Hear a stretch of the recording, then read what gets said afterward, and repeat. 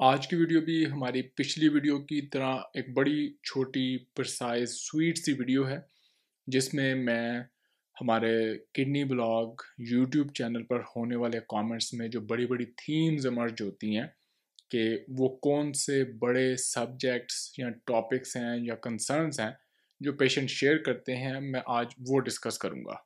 अस्सलाम वालेकुम, डॉक्टर वैसका from expert consult clinic of Lahore अपनी नेफ्रोलॉजी सीट पर।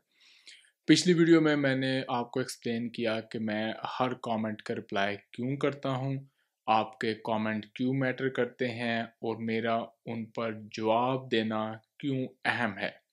आज की वीडियो में मैं बेसिकली आपको एक्सप्लेन करने की कोशिश करूँगा अपना एनालिसिस कि पिछले 12 महीने में जो मैंने अपने चैनल पर होने वाले कमेंट देखे वो मुझे क्या बताते हैं कि हमारी कम्युनिटी गुर्दे के मर्ज़ के बारे में किस तरह सोचती है। वो कौन से बड़े बड़े 3 4 5 सवाल हैं जो कि हर मरीज़ के जहन में हैं या उसके जहन में डाल दिए गए हैं और मरीज़ बार बार उन्हीं चीज़ों का जिक्र करते हैं बजाय गुर्दे के मर्ज़ के कॉन्सेप्ट को समझने के। वो उन्हीं सवालों और उन्हीं इश्यूज़ की तरफ बार बार जाते हैं। इसमें सबसे पहला है क्रिएटिनिन कैसे काम करें। अब हमारे नॉन सर्टिफाइड हीलर्स ने या नॉन डॉक्टर अताई लोगों ने गुर्दे के मरीज़ के दिमाग में क्रिएटिनिन और गुर्दे के मर्ज़ को एक ही चीज़ बना दिया हुआ है। हालांकि इन दोनों का जहां बहुत अहम ताल्लुक है वहाँ उसको बहुत ज़्यादा मिसयूज़ भी किया जाता है। तो आम पाकिस्तानी मरीज़ या नॉन मरीज़ इंसान के दिमाग में सिर्फ ये बात है कि गुर्दे का मर्ज़ का मतलब है हाई क्रिएटिनिन और क्रिएटिनिन को कम कर दें तो उसका मतलब है आपके गुर्दे का मर्ज़ रिवर्स हो गया है। हालांकि ये बिल्कुल सही बात नहीं है और इसी सिलसिले में क्योंकि ये एक आधे मिनट में करने वाली बात नहीं थी, मैंने एक पूरी एपिसोड बनाई। अगर आप इस कॉन्सेप्ट को डिटेल से समझना चाहें तो आप एपिसोड 9 देखें, उसमें मैंने अच्छी तरह एक्सप्लेन किया है कि गुर्दे के मर्ज़ का क्रिएटिनिन से क्या ताल्लुक़ है, गुर्दा कैसे काम करता है, कैसे क्रिएटिनिन को कम करता है और क्रिएटिनिन कम करने वाले जो अपना मंजन बेचते हैं वो किस तरह आपको बेवकूफ़ बनाते हैं। और क्रिएटिनिन कम होने का हरगिज़ मतलब नहीं कि आपके गुर्दे भी रिवर्स हो गए हैं, उनकी फाइब्रोसिस बेहतर हो गई है। बहरहाल एनीवेज़ आज हम उसको डिस्कस नहीं करेंगे। इस डिस्कशन के लिए आपने एपिसोड 90 देखनी है। उसके बाद जो दूसरा बड़ा कॉन्सेप्ट स्पेशली गुर्दे के मरीज़ों में देखने में मिलता है और मुझे यकीन है कि बाकी अमराज में भी यही हालात होंगे कि मैं बहुत परेशान हो गया। डॉक्टर साहब मैं बहुत परेशान हूँ, मेरी क्रिएटिनिन थोड़ी बढ़ गई है और मैं बहुत परेशान हूँ। अच्छा, अब मेरा अपना वैसे ख्याल है कि ये परेशानी डिसप्रपोर्शनल है आपके मर्ज़ के मुकाबले में। यानी कि आपके गुर्दे के मर्ज़ या पेशाब में प्रोटीन की इतनी वर्स्ट सिचुएशन नहीं है जितना आप परेशान हो रहे हैं। और बाज़ औक़ात इसके अपोज़िट होता है कि गुर्दे का मर्ज़ और प्रोटीन यूरिया बहुत ज़्यादा होता है, जो कि आपके गुर्दे को महीनों में डैमेज कर सकता है, लेकिन मरीज़ उसको बिल्कुल सीरियस नहीं लेता।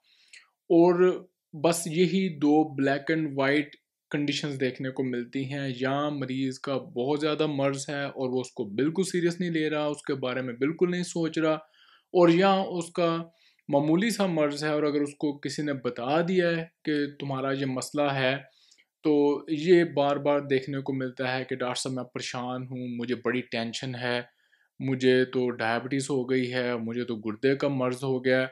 हालाँकि डायबिटीज़ का होना, ब्लड प्रेशर का होना, गुर्दे का मर्ज़ होना ना ही कोई परेशानी का सबब होना चाहिए, ना ही कोई टेंशन की वजह होनी चाहिए। एक आपको चीज़ आ गई है, नई रियलिटी आ गई है, आपने उससे डील करना है, आपने उसको लेके चलना है, अच्छा मैनेज करना है और ज़िंदगी को कंटिन्यू रखना है।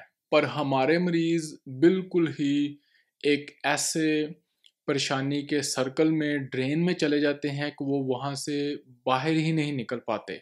तो ये एक बड़ी कॉमन सी थीम है जो मुझे हर कमेंट में देखने को मिलती है। अगर आप भी इस चैनल के कमेंट्स में जाके सारे कमेंट्स देखें, उनके रिप्लाईज़ देखें, तो आपको बार बार ये लफ्ज़ सोचने को मिलेगा, देखने को मिलेगा कि डॉक्टर साहब मेरा एक गुर्दा छोटा है, मैं बहुत परेशान हूँ। डॉक्टर साहब मेरी क्रिएटिनिन 1.4 है, मैं बहुत परेशान हूँ। डॉक्टर साहब पेशाब में ट्रेस प्रोटीन यूरिया है, मैं बहुत परेशान हूँ। और आपको भी शायद लगे एज ए नॉन पेशेंट कि यार ये परेशानी थोड़ी डिसप्रपोर्शनल है। तो इस टॉपिक को लेके, मरीज़ों की इन परेशानी को देख के उसका कुछ हल निकालने के लिए मैंने एपिसोड नंबर 93 बनाई, जिसमें मैंने एनालिसिस देने की कोशिश की कि कैसे वही आपकी मेंटल एनर्जी, आपके दिमाग की ताकत जो आपको परेशान कर रही है, उसी को यूज़ करके आप अपना हीलिंग पोटेंशियल अचीव कर सकते हैं, अपने जिस्म को हीलिंग की तरफ लेके जा सकते हैं। तो बजाय इसके कि गुर्दे का मर्ज़ आपको परेशान करे, आप अपनी माइंड पावर्स, अपनी हीलिंग पावर्स यूज़ करके अपने ना सिर्फ गुर्दे के मर्ज़ को बेहतर बनाएं, बल्कि अपनी पूरी ज़िंदगी को बेहतर बनाएं। तीसरे नंबर पे बार बार एक बात मुझे देखने को मिलती है कि मैं पेशेंट्स को कहता हूँ कि अपना एक्सपीरियंस शेयर करें और अपनी ओपिनियन दें। पेशेंट्स अपनी पूरी की पूरी रिपोर्ट्स शेयर कर देते हैं। अब सोशल मीडिया कोई ऐसा प्लेटफॉर्म नहीं है कि आप वहाँ पे रिपोर्ट्स शेयर करें और डॉक्टर से अपनी ओपिनियन मांगे। मुझे पता है कि आपकी इस तरह की कंडीशन क्यों है, आपका कॉन्सेप्ट क्यों है। एक तो इसकी बड़ी वजह है हमारे कल्चर में कर्ब साइड कंसल्ट का रवाज, यानी कि जहां आपको डॉक्टर कहीं नज़र आ जाए, आपने रिपोर्टें उसको दिखानी है। शादी पे डॉक्टर मिल गया, उसको रिपोर्टें दिखा दें। नाई की दुकान पे डॉक्टर मिल गया, उसको रिपोर्टें दिखा दें। आपकी टैक्सी में डॉक्टर बैठ गया, उसको रिपोर्टें चेक करवा लें।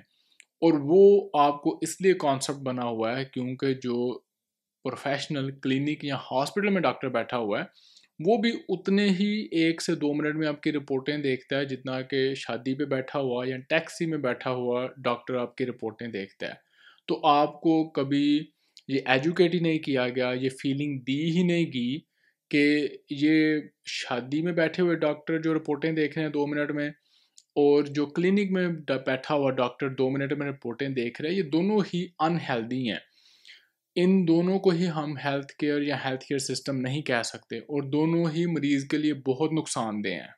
जो एक मुकम्मल अच्छा हेल्दी हेल्थ केयर सिस्टम होता है, उसमें डॉक्टर मरीज़ के साथ टाइम स्पेंड करता है, उसको मरीज़ का चार्ट या रिकॉर्ड वगैरह रिव्यू करने में घंटों लग जाते हैं। बाज़ का डिपेंड करता है कि मरीज़ के मर्ज़ की सेवेरिटी क्या है।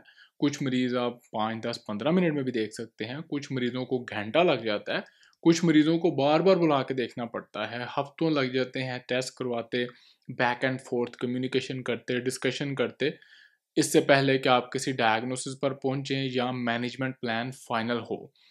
पर क्योंकि हमारा ओवरऑल हेल्थ केयर सिस्टम ही पेशेंट को 2 मिनट में देखता है, इसलिए मरीज़ समझता है कि यार इस डॉक्टर ने पैसे लेके भी मुझे 2 मिनट में देखना है, तो मैं इसको शायद यूट्यूब पे भी मुझे 2 मिनट में बता दे रिपोर्टें देख के। ऐसा बिल्कुल नहीं होना चाहिए, और हमारे सिस्टम में एक्सपर्ट कॉन्सल्ट क्लिनिक में तो बिल्कुल नहीं होता। जो मरीज़ हमें चेक करवाते हैं, वो अपना एक्सपीरियंस यहाँ पे शेयर कर सकते हैं कि हम पेशेंट का पुराना सारा रिकॉर्ड मंगवाते हैं, मेरे जूनियर डॉक्टर घंटों लगा के उसको सॉर्ट आउट करते हैं, फिर मरीज़ से लंबी चौड़ी हिस्ट्री लेते हैं, फिर मेरे साथ मरीज़ का 10, 15 या 30 मिनट का विज़िट होता है। डिपेंड करता है कि मरीज़ के मर्ज़ की सेवेरिटी क्या है। फिर हम डिसाइड करते हैं कि मैनेजमेंट कैसे करनी है। तो मुझे दुख होता है जब मरीज़ अपनी पूरी रिपोर्ट शेयर कर देते हैं और ओपिनियन या कंसल्ट मांगते हैं, जो कि एक अच्छा तरीका नहीं है। बल्कि उल्टा उसका बाज़ औक़ात ये साइड इफ़ेक्ट होता है कि दूसरे मरीज़ों को दवाइयाँ बतानी शुरू कर देते हैं, जिसकी कि मैं ममानत करूँगा। ये अच्छा तरीका नहीं है। मरीज़ को अपने डॉक्टर के साथ मिल के ही अपनी अद्वियात का इस्तेमाल करना चाहिए और उसके साइड इफ़ेक्ट्स मैनेज करने चाहिए। बहरहाल मुझे पता है कि मेरी एक आधी वीडियो या लेक्चर से कोई हमारा deep rooted culture overnight change नहीं हो सकता, लेकिन आप अपनी रिपोर्ट्स शेयर करते रहें और मैं रिस्पेक्टफुली आपको बताता रहूँगा कि ये सोशल मीडिया रिपोर्ट्स शेयर या कंसल्टेशन का अच्छा प्लेटफॉर्म नहीं है। उसके लिए आप अपने डॉक्टर से मशवरा करें, मुझसे अपॉइंटमेंट करना चाहें 100 दफ़ा ऑनलाइन कंसल्टेशन करें, लेकिन सोशल मीडिया पर, यूट्यूब पर आपने अपना एक्सपीरियंस ज़रूर शेयर करना है, ओपिनियन ज़रूर देनी है, लेकिन आपने अपना डिटेल रिकॉर्ड और मुकम्मल तौर पर कंसल्टेशन नहीं शेयर करनी। मैं इस तरह के कमेंट्स को और रिपोर्ट शेयरिंग को मुकम्मल तौर पे इग्नोर भी कर सकता था। पर मेरा आपसे वादा है कि मैं पाकिस्तान वापस ही ये मुश्किल क्वेश्चन डिस्कस करने आया हूँ कि जो हमारा डॉक्टर पेशेंट रिलेशनशिप के दरमियान गैप आ गया हुआ है, उसको हमने क्लोज़ कैसे करना है, इस शगाफ़ को हमने बंद कैसे करना है। तो मैं बड़ा रिस्पेक्टफुली आपको हमेशा जवाब भी देता रहूँगा, एजुकेट भी करता रहूँगा कि ये चीज़ गलत है और ये चीज़ सही है, और यही मेरी as a doctor main job है। उसके बाद कमेंट्स का एक बड़ा सेक्शन होता है जो है डिसलाइक वाला, डिसअप्रूवल वाला। वो कमेंट्स वैसे हमारे कल्चरल सिचुएशन के मुताबिक बहुत कम है, क्योंकि नॉर्मली आप देखें कि आप जो भी काम करें आपको सड़क पे, घर में, बाज़ार में क्रिटिसिज्म तनकीद ही मिलती है। लेकिन यूट्यूब या सोशल मीडिया पर ओवरऑल इनकरेजमेंट ही है। उसकी साइकोलॉजी मुझे नहीं पता कि कैसे हमारे इतने नेगेटिव और डिप्रेसिंग कल्चर में हमारे सोशल मीडिया वाला सेक्शन जो अवाम का है वो बड़ा इनकरेजिंग है। मे बी उसका पब्लिक साइकोलॉजिकल इफ़ेक्ट है, जैसे हम हर एक को डिप्रेस नहीं करना चाहते, पर क्योंकि हर कोई डिप्रेस कर रहा होता है कॉलेज में, यूनिवर्सिटी में, बाज़ार में, मार्केट में, तो हम भी दूसरे बंदे को डिप्रेस करते हैं। इसी तरह मे बी क्योंकि सोशल मीडिया पे हर बंदा थैंक यू कर रहा है, इनकरेज कर रहा है, तो हमें भी ख्वाहिश होती है कि हम भी इसमें पार्टिसिपेट करें और इस बंदे को इनकरेज करें। शायद इस तरह की ही कोई सिचुएशन है। लेकिन बहरहाल मेरे लिए अभी ये मिस्ट्री है कि हमारे ओवरऑल नेगेटिव और डिप्रेसिंग कल्चर में सोशल मीडिया और यूट्यूब पर इतनी पॉजिटिविटी और इनकरेजमेंट क्यों है। लेकिन एनीवेज, चलें इसको कर्स नहीं करते, अगर कोई खुशी की बात है तो उसको एंजॉय करते हैं। बहरहाल कुछ नेगेटिव कमेंट्स भी होते हैं, मुझे उनसे बड़ी खुशी मिलती है, क्योंकि मुझे नेगेटिव फीडबैक भी चाहिए। मैं भी इंसान हूँ, मैंने भी अपने आप को इम्प्रूव करना है, और मुझे उससे बहुत ज़्यादा गाइडेंस मिलती है।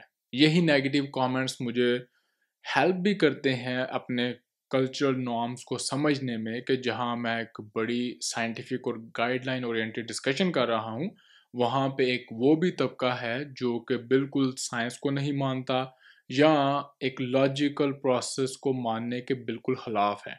इन नेगेटिव कमेंट्स करने वाले व्यूअर्स का भी बहुत ज़्यादा शुक्रिया, क्योंकि वो मुझे बताते रहते हैं कि हम किस तरह के कल्चर में और सिचुएशन में रहते हैं, और ये मुझे भी लर्न करने में बहुत ज़्यादा हेल्प करते हैं। कमेंट्स करने वाला आखिरी और मेरा सबसे फेवरेट ग्रुप वो है जो कि अपना बड़ा ही एजुकेटेड तरीके से एक्सपीरियंस शेयर करता है, हमें बताता है कि कैसे मुझे मर्ज़ हुआ, कैसे मैंने इसके साथ डील किया, किस किस प्रोसेस में से मुझे गुजरना पड़ा, और कैसे मैं बेहतरी की तरफ गया, और एंड में वो अप्रिशिएट करते हैं। जैसे हर इंसान की कुछ फेवरेट चीज़ें होती हैं, यूट्यूब के कमेंट सेक्शन में ये मेरा फेवरेट तरीन सेक्शन है। और वो इसलिए नहीं कि वो मेरा कंटेंट अप्रिशिएट करते हैं, वो इसलिए कि ये लोग अपना एक्सपीरियंस शेयर करते हैं। और जब मरीज़ अपना एक्सपीरियंस शेयर करता है तो उससे मैं हमेशा आपको बताने की कोशिश करता हूँ कि दूसरे मरीज़ों को रोशनी मिलती है, उनको एक इनकरेजमेंट होती है, हौसला अफजाई होती है कि गुर्दे का मरीज़ भी अपने गुर्दे के मर्ज़ को अच्छी तरह मैनेज करके, अपने लाइफ़स्टाइल चेंजेस करके, दवाइयों का अच्छा इस्तेमाल करके बड़े अच्छे तरीके से लेके चल सकता है, और उसके बाद इस पॉजिटिविटी से आके अपना एक्सपीरियंस शेयर कर सकता है कि फ़लाँ साल में मैं डायग्नोज़ हुआ, उसके बाद मुझे कुछ खराबी हुई, फिर मैं आहिस्ता-आहिस्ता सँभला, और मैंने अपने गुर्दे के मर्ज़ की मैनेजमेंट को बेहतर बनाया, और अब मैं माशाल्लाह बड़ा हेल्दी तरीके से अपने गुर्दे के मर्ज़, ब्लड प्रेशर या शुगर के साथ चल रहा हूँ। और डॉक्टर साहब, थैंक यू वेरी मच कि आपने इस तरह की इन्फॉर्मेशन शेयर की, और यही बिल्कुल मेरा क्लिनिकल एक्सपीरियंस रहा है। इस तरह के जो कमेंट्स हैं वो मरीज़ों को एनकरेज करने में, उसकी हौसला अफजाई करने में बहुत ज़्यादा हेल्प करते हैं। आज की वीडियो के मैसेजेस में बस इतना ही, और अगली हम कुछ क्लिनिकल वीडियोस करेंगे। मैं इसी नवंबर के महीने में ही अपनी एनिवर्सरी वीडियो रिकॉर्ड करूंगा, जो कि मैं कुछ दिन ठहर के आपके साथ शेयर करूंगा कुछ क्लिनिकल वीडियोस के बाद, क्योंकि हमारी चैनल से रिलेटेड पहले ही काफ़ी सारी वीडियोस हो गई हैं, और उसमें मैं अपना सारा पिछले साल का एक्सपीरियंस शेयर करूंगा, कुछ बड़े बड़े जो नंबर्स हैं वो आपको बताऊंगा, और हम डिस्कस करेंगे कैसे इस चैनल को हम और आवाम तक पहुंचा सकते हैं, ताकि इंडिया पाकिस्तान रीजन में गुर्दे के मर्ज़ की अवेयरनेस को और बढ़ाया जाए। और अगेन, जैसे कि मैं हमेशा कहता हूँ, मुझे आपकी सपोर्ट, आपकी हेल्प की ज़रूरत होगी। जब भी मौका मिले इन वीडियोस को ज़रूर शेयर किया करें, अपने इर्द गिर्द के गुर्दे के मरीज़ों की ज़रूर हौसला अफजाई किया करें। अगर आपने ट्रीटमेंट करवा के या वीडियोस को देख के ये अब जान लिया है कि गुर्दे के मर्ज़ की बड़ी अच्छी मैनेजमेंट हो सकती है, प्रोटीन यूरिया कम हो सकता है, डायलिसिस से काफ़ी हद तक बचा जा सकता है, तो अब आप पे ये फ़र्ज़ है कि आप इस मैसेज को आगे फैलाएं। अगेन, फिर आपने अपने कमेंट्स ज़रूर देने हैं, एक्सपीरियंस ज़रूर शेयर करना है। मुलाकात होगी अगली वीडियो में। अल्लाह हाफ़िज़।